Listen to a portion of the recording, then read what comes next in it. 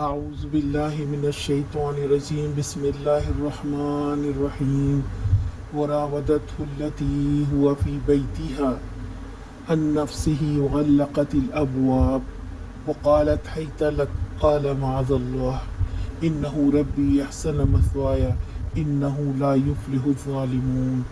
جس عورت کے گھر میں وہ تھا وہ اس پر ڈورے ڈالنے لگی اور ایک روز دروازے بند کر کے بولی آ جا۔ یوسف نے کہا اللہ کی پناہ، میرے رب نے تو مجھے اچھی منزلت بخشی اور میں یہ کام کروں؟ ایسے ظالم لوگ کبھی فلاح نہیں پایا کرتے۔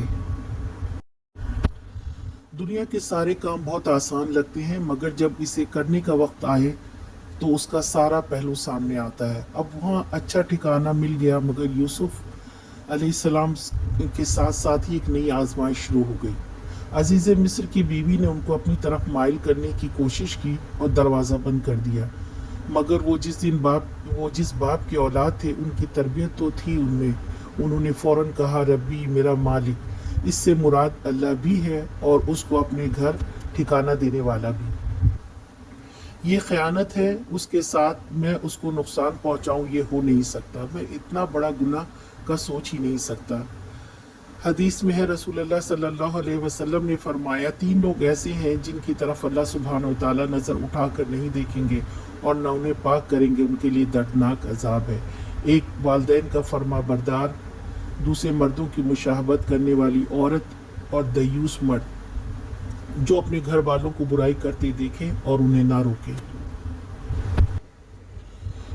عام طور پر مفسرین اور مترجمین نے یہ سمجھا کہ یہاں میرے رب کا لفظ حضرت یوسف علیہ السلام نے اس شخص کے لیے استعمال کیا ہے جس کی ملازمت میں وہ اس وقت تھے، اور ان کے اس جواب کا مطلب یہ تھا کہ میرے آقا نے تو مجھے ایسی اچھی طرح رکھا ہے، پھر میں یہ نمک حرامی کیسے کر سکتا ہوں کہ اس کی بیوی کے ساتھ زنا کروں۔